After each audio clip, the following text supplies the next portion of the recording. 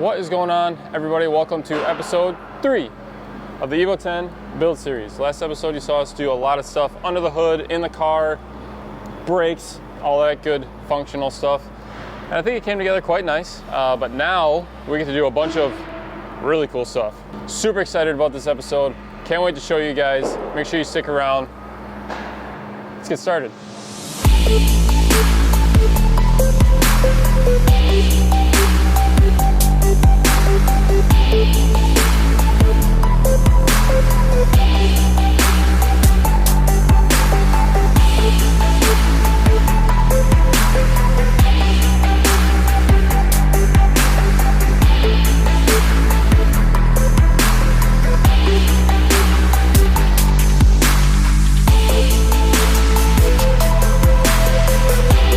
Bad boys right here are some nice units. I'm gonna say these are some of the nicest coilovers I've really ever seen, put my hands on. I mean, and also, even though we had to quote unquote build them from scratch, like the instructions couldn't have been any easier, and Ohlins also like presets everything. Yeah, everything was like preset. They tell you to make sure certain measurements are, you know, correct for spring preload, everything like that, but everything was like correct out of the box, so we just had to go through and verify that everything was tightened all the way. So right, they're like, hey, very simple, measure this, make sure this is this length. So we do, but it already was set to those lengths and stuff like that, so they make it very easy. Everything's extremely high quality as far as all the materials and how everything fits together. So now we're gonna get them in the car, obviously, see what the preset ride height from Ohlins looks like, get the wheels and tires on the car, and go from there. Finally time to reveal the wheels. Ah, yes. Yes, here they are. Graham Lights 57 NRs. 18 by 9.5 plus 22, and a 265/35 tire. So that's gonna get you pretty much dead flush with the fender on an Evo 10. I mean, you can play around with that a little bit. You can go like a 10 wide with a different offset. You can go, you know, 9.5 wide with, again, a little bit of different offset, but kind of right in there is your sweet spot for fitment on this thing. And I'm really excited to see how these line up on that thing, especially with the Ohlins in there. So it's gonna be pretty sick.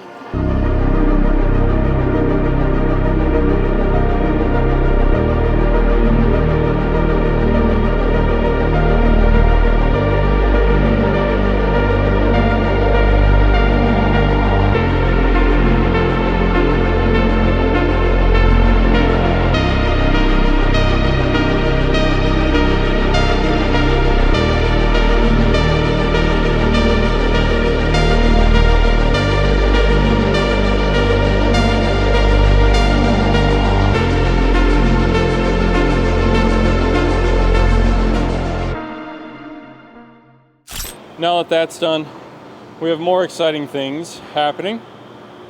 We may or may not have a particular carbon fiber piece from APR. Just a gorgeous, gorgeous piece. I think this wing's really gonna set this thing off. And we also may or may not have other items to match back here, which we'll get to momentarily.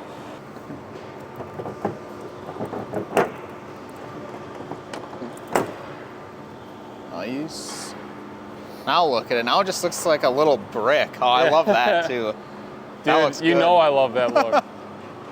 At first, we weren't really sure what we wanted to do from an aero perspective, but this wing from APR really adds just such an aggressive look to the entire thing.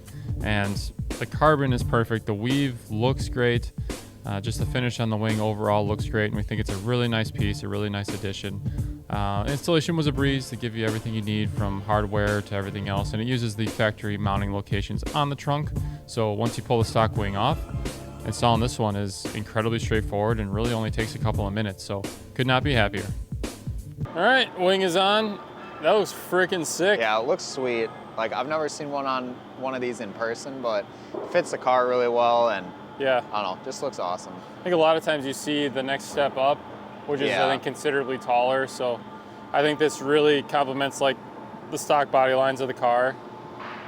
It's hard to, like, seeing it in photos versus seeing it in person, like with where the end plates sit in relation to the quarter panel and everything, like, it looks sweet.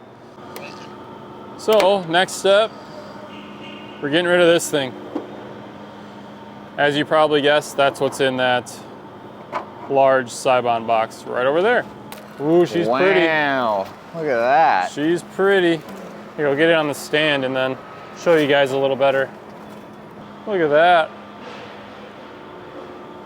That's gonna look freaking sweet. Let's get this thing on the car, huh? Yeah, take these pieces of wood off of it. Yeah.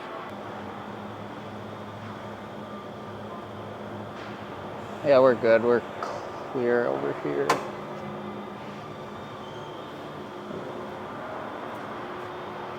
So, well, obviously the hood's not fully seated, so don't mind the gap, but overall, it's a nice weave.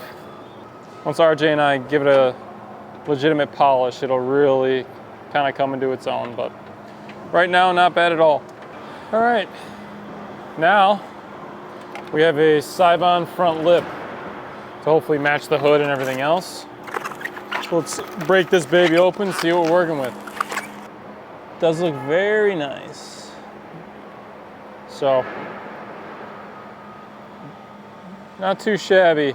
All right, this bad boy is attached, and honestly, it fits, I'm gonna say, extremely well. Like, you gotta convince it in some spots for sure, but as far as like how it lines up with certain spots on the bumper where a cheaper lip definitely would not line up. Yeah, it kind of fits like tight in a good way where it like really pressures against the bumper, so it's not like got a weird gap or anything like that. I think that's the trick, yeah. Yeah. It's not totally reliant on the hardware. It actually like forms to the bumper. It's like a nice, snug, appropriate fit. So. Yeah. Plot twist, there's nothing between these cardboard pieces. Perhaps a third cardboard piece. It's like if you ordered a Big Mac and there's nothing but 3 buns, kind of. Right. That is a nice unit. Oh yeah, I forgot you get to drill a lot of holes with these. Yeah, like all of the holes. Oh, every single one, in fact. Well, this will be fun. Lips looking nice. Just kind of mocking this thing up real quick, so we can see where we want to attach the splitter and all that jazz. So, just trying to think what's going to work the best there. So we could probably do like 3 of them. We could probably go like here, here, and here. I mean, and this is a solid freaking brace. That thing's gonna be on there nicely. And then yeah, nice big like fat fender washer underneath that with like a button head screw or something so it doesn't stick down super far. But that'll probably be fine as far as body attachment. Yeah. I don't think we need anything beyond that. No, then it's just kind of fixing it to the side of the bumper and then the splitter rods, which will kind of be the last piece there. Well, we know how we want to attach the splitter. We just need to do a little bit of messing around before that can actually go on the car. So in the meantime, we're going to take a look at the carbon diffuser that we have for this thing and see if we can't get that started to get that thing on the car.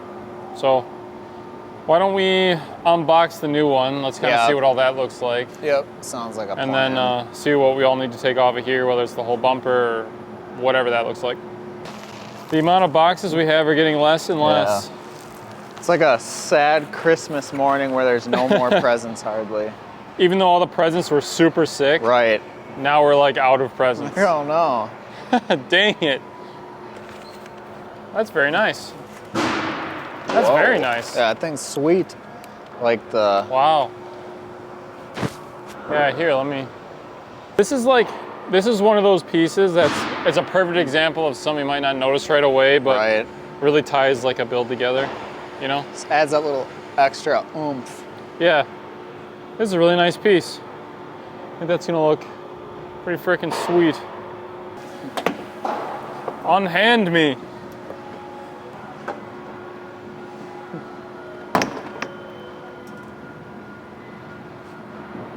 You always got to do a check. See if you lost anything. To the stand.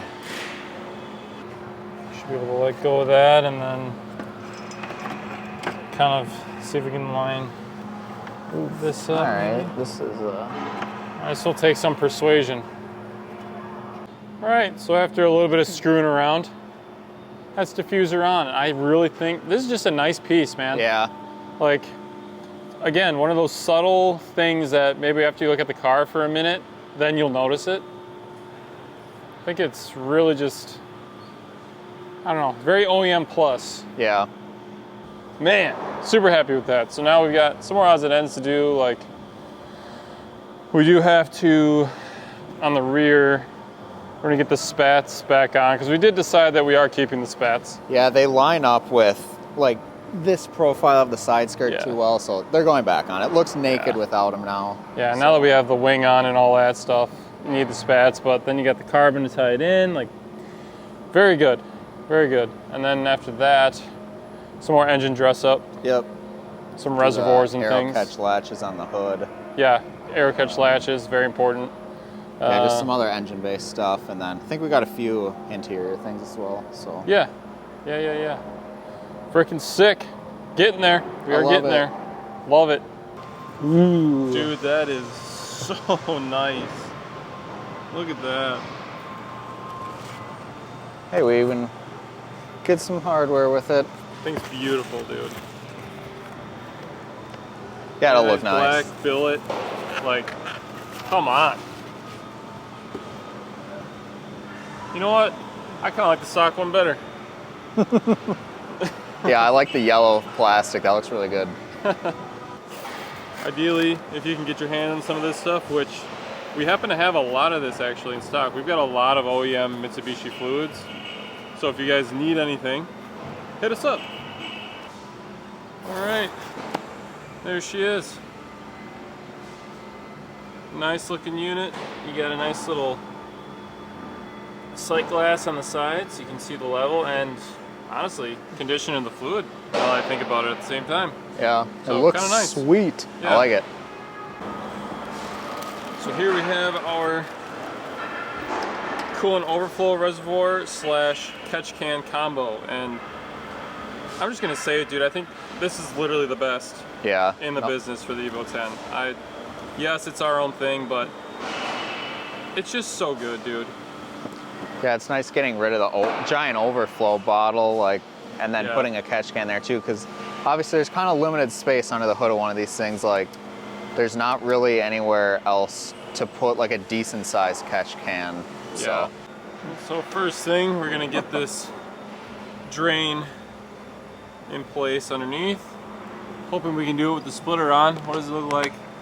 Not good. Sick. Sick. We really love our catch can for the Evo 10s. Not only do you get to get rid of a super ugly coolant overflow bottle that nobody likes to look at, combining that with the catch can really just helps us take as much use as possible of the tight quarters in this engine bay. Super nice thing as well, our catch can is serviceable from underneath with a drain, so you don't have to take it out to empty it or anything like that. When you're changing your oil, super easy to get at it right by the oil filter. So very user-friendly, looks great in the engine bay, super hard to beat. All right, catch can is almost done. We're actually just waiting on a thing or two before we finish plumbing that through. The coolant side's done, which is pretty easy. We just pulled off the stock PCV stuff from the valve cover and the manifold and capped that off. Waiting on a couple things before we can finish that. So in the meantime, we have shifter things we're going to install. We've got a Torque Solutions kit. This bad boy right here. Shifter and bushings. Hand that to you. And yeah, in the downtime we're gonna do that. So we're gonna get inside and start taking stuff apart. Yep. I will say this is probably one of the best things you could do for one of these because everything is very wishy-washy. Yeah, the factory shifter feels very loose and like, I don't know, gonna kind of hate on factory Mitsubishi shifters for a second. They're usually not very good compared to like Honda or, you know, I don't know, a few other ones out there, so. If you can do something like this, you will not regret it whatsoever. Yeah, so the shifter base bushings, those are gonna be between this plastic shifter cage and the actual like chassis of the car, so I don't know if we'll be able to show it. Sometimes like you can kind of, this one's actually pretty good. On like a lot of DSMs and stuff like that, the bushings are very worn out and you can kind of flex this whole assembly in relation to the car. So that's not too bad, but then the rest of the bushings are going to be either like on this bottom deal and some of this mechanism here, just to, you can kind of look at some of this and see just a little bit of slop. So every little bit that you tighten up is just going to make it feel a lot more solid and a lot more direct. So for sure. Get a stock base bushing out. Nice little squishy guy, and then some aluminum ones. So there's going to be a lot less play here, obviously. So yeah, that'll tighten up a lot of that slack. Because from the factory, it was this on the bottom, and then this slid over it, so you kind of had a little bit of dampening there. Where this is going to, I believe. I don't think you're going to use that aluminum sleeve with or the collar with these. No, these just go underneath. Underneath the shifter and bolt it to the car. So those will be nice. All right, that is new guy installed, and it is a much different experience. Like, it's so much more rigid, which is great. Yeah, the stock one felt very loosey-goosey, like, and it was so light, like it felt weird. It kind of felt like an economy car shifter. Right, so with all the bushings done and that done, then we also have a little collar that'll go over that, which will compensate for the shorter length for the shift boot. So you can adjust that once we get that on there. And then we got a shift knob to throw on there as well once we're all done. And the underhood bushings, which those will change a bit of it too. Yep. Those are usually rubber and have a ton of play in them, so. Right, looking good. All right, now back outside the car, underhood bushings time, and they are hiding underneath the intake, right down in there. So we're gonna pop those cables off. And you can, I mean, you can see they definitely wiggle a little bit. Get down in there if I can. Yeah, there we go. Like they move a little bit. I mean, all that translated through the shifter is going to turn out to be something. Yeah. So. Here are replacement bushings. Yep. Just Delrin, take up all the slop, and then a little E-clip to hold them in place, and then a little pin. So sweet. Pretty simple stuff. All right, that is bushings installed. Hell yeah. So now we'll throw the intake back in there. And well, probably check out the shifter feel again too. Yeah. See what difference like just adding those makes. Probably nothing crazy. That is true. Actually, let me something. See. Because it already felt considerably better, even with just these ones in there. I don't know if you can tell any sort of difference or not. It's a lot cleaner of an experience, is what the word I would use. Usually that is where all of the squish comes into play because there's so much like rubber shit on those. Yeah, it's much more direct. Okay. For sure. So now with all the shifter hoopla completed, we're gonna address something going on here, and that is securing our carbon hood with a set of latches. Some Aerocatch latches are gonna go on that thing, and we're thinking about putting them right where these bump stops are. Seems to be a good place to utilize on the Evo 10. And also, just fun fact, you gotta do that with a carbon hood. Don't trust this thing. Windshield will get destroyed because hood go bam. Yeah. And then your roof and your windshield is destroyed. Just because that's there does not mean it works great. It's just a thing. It's just molded to the hood like that. Might as well not be there. Carbon hood, gotta get latches. Thank us later. So pretty much we're gonna add these probably about here, and then align that with, we'll remove these bump stops, and then get to drill some holes and cut some even bigger holes. Screw those things to the holes and holes.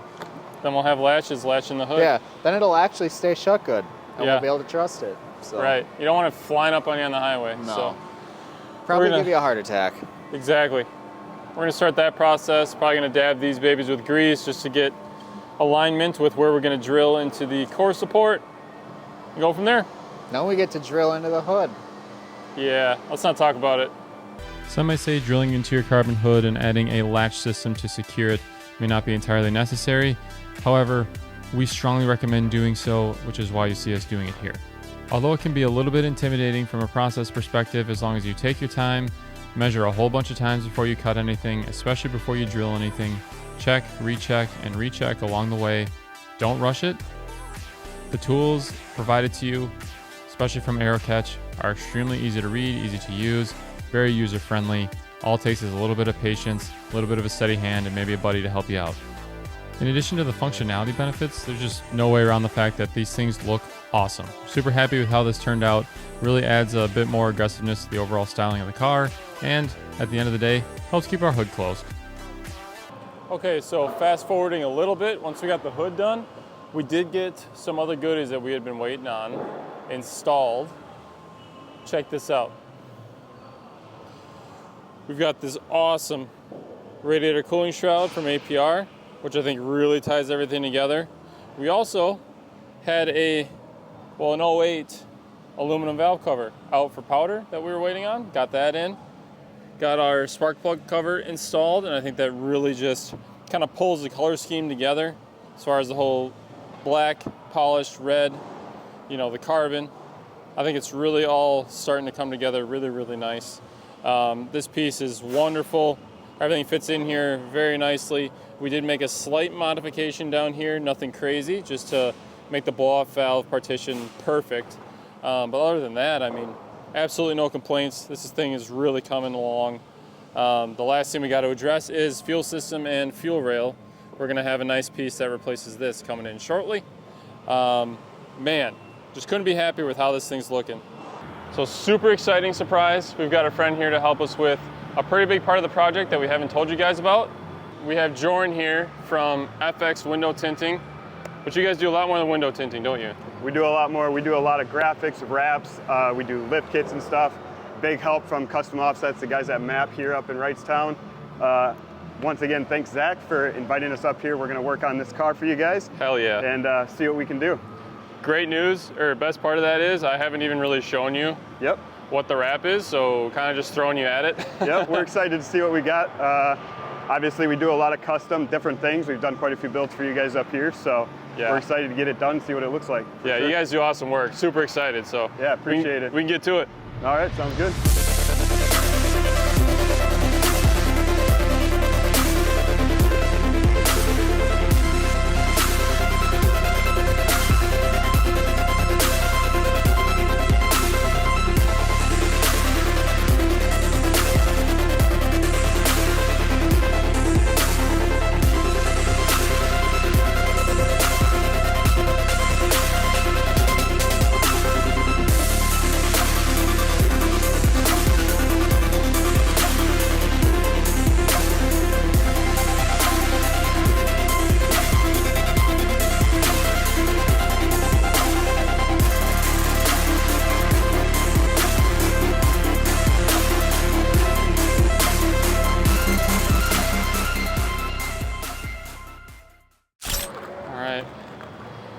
You know what I'm gonna say?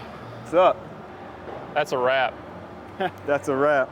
You know what That's I'm saying? right. Seriously though, this thing looks insane. I couldn't be happier with it, and hopefully it cooperated for you guys. Yeah, it turned out really while good. You were doing it. Super excited to do these.